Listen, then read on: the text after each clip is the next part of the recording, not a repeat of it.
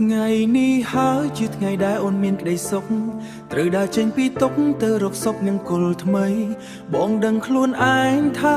បងគ្មានវាសនាថ្នមថែស្រីទើបមេឃផ្ដល់ដីឲ្យអូនជួបប្រថ្លៃដែលល្អជាងប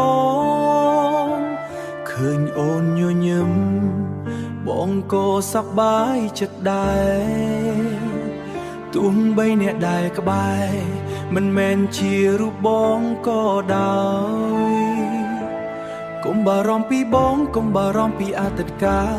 បងមិនខឹងមិនស្រាលមិនដែលស្ដាយក្រោយឡើយមង្គលការអូនបងមកជូនពរដល់កើតឲ្យអូនបានស្បាយភាពក្រីក្រដែលធ្លាប់ហែលឆ្លងអូនរៀបការចុះជាមួយអ្នកថ្មីដែលគេមានគ្រប់យ៉ាងកុំឲ្យមកមាយ៉ាងចិត្តគិតដល់បងម្នាក់នេះអី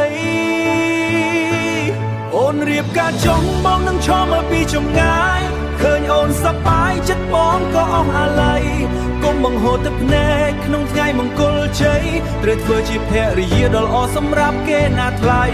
អូនរៀបការចុះកុំខ្វល់ពីមនុស្សម្នាក់នេះទោះបេះដូងប្រេះក៏បងអាចរួចបន្តបានសូមឲ្យស្នេហាអូនស្ថិតថេរនេះរុនសេមាប់សានបងនឹងរៀនរួមម្នាក់ឯងជាសង្សារចាស់ផ្ញើវាសនាអូនលើគេចុះឲ្យគេជួយមើលថែជំនួសដៃបងដែលធ្លាប់តែបបោសង្អែលជីវ៉ាមង្គលការអូនជាសាក្សីនៃទឹកភ្នែករៀមមាដែលហូរមកជាពាក្យជូនពរឲ្យអូនបានសុខ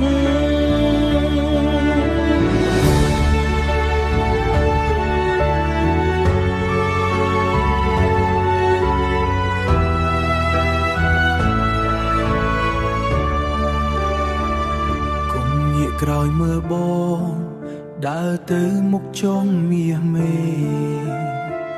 បងនឹងបិទភ្នែកដើម្បីឲ្យអូនបានដើរចូលរួមជ័យ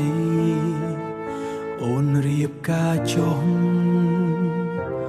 បងជូនពរ